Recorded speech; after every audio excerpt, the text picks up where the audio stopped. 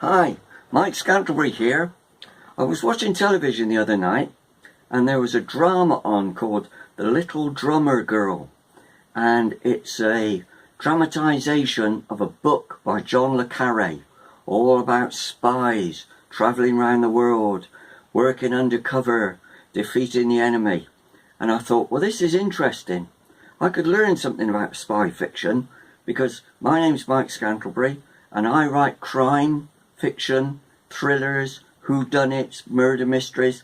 I don't usually write about spies, but looking at that series, I learned three important things that I'm going to bear in mind if I ever think about writing a spy fiction story. The first lesson about crime fiction is that everybody is always in jeopardy.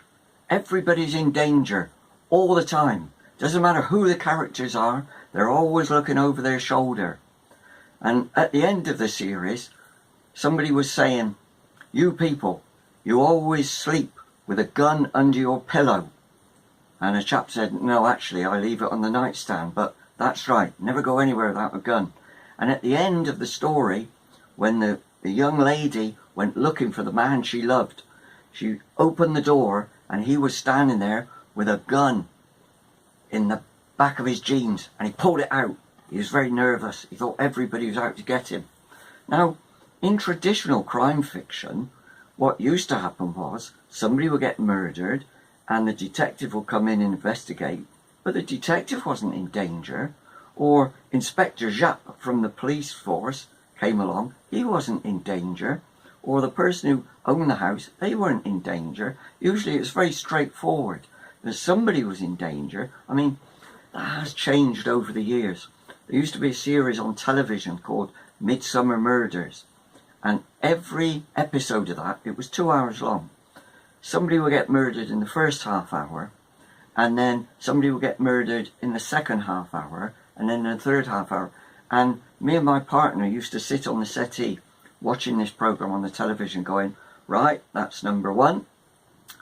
Right, nearly number two, and we count up. There was always 3 or 4 people got murdered, but usually it was people in the same family or people who lived nearby each other. So we got the idea that not everybody in the world was in danger, but in spy fiction, everybody, whether they're a good guy or a bad guy. And part of the problem is, of course, in spy fiction, you never know who the good guys are or the bad guys.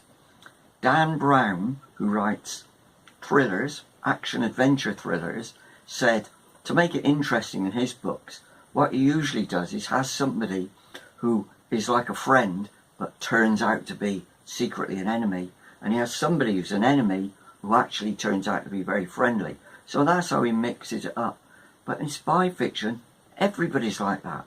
You never know whether they're working for our side or for the Russians, whether they're working for the Israelis or the Palestinians. Sometimes they're working for both sides at once. So anybody at any time could be in danger from anybody else.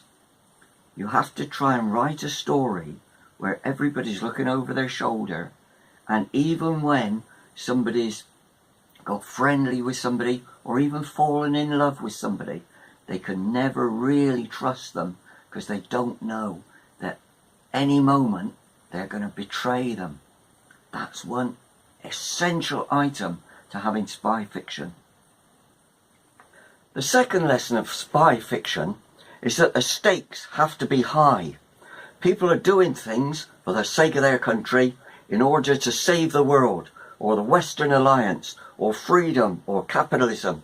Everything's under threat, of course, he talks about that, and so their job is to step in there, even when the action might be one person gets on a plane, goes to Zurich, breaks into an office, opens a filing cabinet, gets out a piece of paper, tucks it into their pocket and leaves.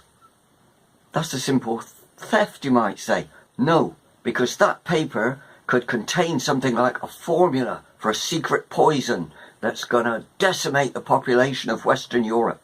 So the stakes have got to be high. And because of that, because the mission that you have to undertake is so important, what it means is that all thoughts of personal safety and personal interests go out the window. Your boss says to you, here's a ticket for a flight to Zurich. Get on that plane. And you say, when is that plane? And he says, this afternoon. You haven't got time to pack. You must leave now.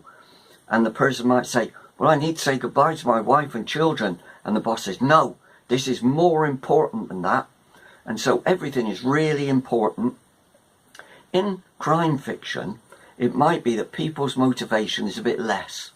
They might want to rob the bank because they want to make some money.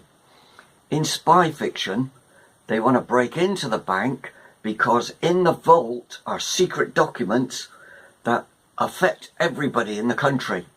And so there has to be big things. You have to think about those big things. And what that means is people will sacrifice anything and anybody. And horrible things happen in crime fiction. People get kidnapped. People get murdered. People get tortured. But because it's all very, very important stuff, that means that it's all right. Everything's allowed. Anything's allowed. You can shoot who you like as long as it's for the sake of the country. And that's the other funny thing.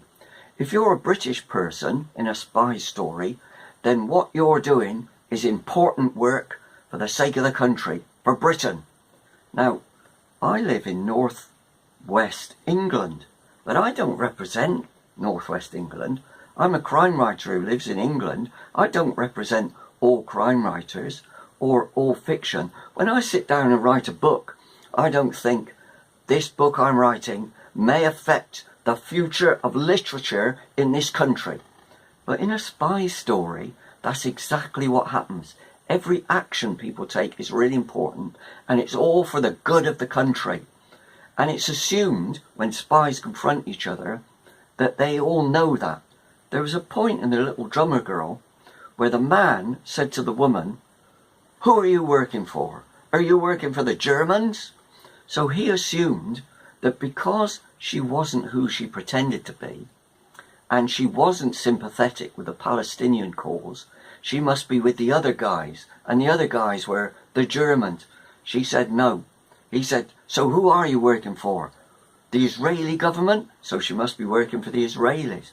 She couldn't be working for herself. She couldn't be doing something that was just interesting because she liked to do it. There had to be a big motivation. She had to be representing her country in order for him to believe that what she was doing was important. And of course, he was a Palestinian, but he was fighting for all Palestinians everywhere and the future of the country of Palestine, which they were hoping to form. So big stakes, think big. You can't have a little argument within a family or a little dispute within a relationship. It has to be something worldwide, and it has to have repercussions that could affect the future of humanity. Otherwise, it's not spy fiction. The third lesson of spy fiction is that emotions get in the way.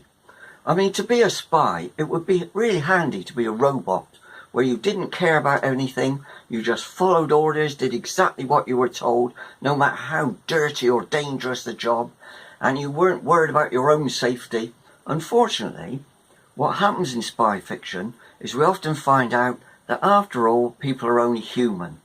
So in The Little Drummer Girl, the lady was recruited to be a spy, and the only reason she got persuaded into it was because she was talked to by a rather handsome man, and she fell a little bit in love with him, and he fell a little bit in love with her.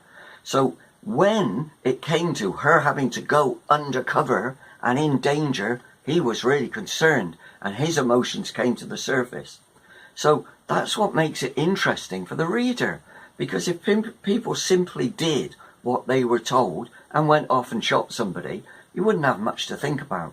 But if emotions are involved, that means somebody gets given an assignment and they have to spy on somebody they like, or somebody they used to work with, or somebody they trust, or a member of their own family, and emotions then get in the way. In The Little Drummer Girl, not only did she fall a little bit in love with a person who recruited her. Then when she went undercover, she fell a little bit in love with the man that she was meant to spy on, and that got complicated. And when he was killed, she was really devastated and upset. And she wasn't sure why she'd ever got herself involved in this business. So the third lesson is, you have to make sure that the people involved are human and have human emotions and therefore have conflicts and don't just go about their business in an ordinary everyday way like spies might do, but are torn and conflicted and not sure what they should be doing. And at the end, the little drummer girl turned to somebody and said, "Who am I?" Because she'd lost all sense of herself by being a spy. And so we have to assume that she tried the life of spying, didn't really like it, and then decided to go back to the civilian world. However, she wanted to do that in the company of the man she was in love with. So, in book terms, that's what we call a happy ending. Spy fiction is not just about getting the job done, saving somebody from being killed or going out and killing somebody who's not very nice. It's all about having that satisfaction, that emotional release at the end, which says, now the job's done, we can all relax and go back to doing what most people do, which is living life rather than actually spying on people.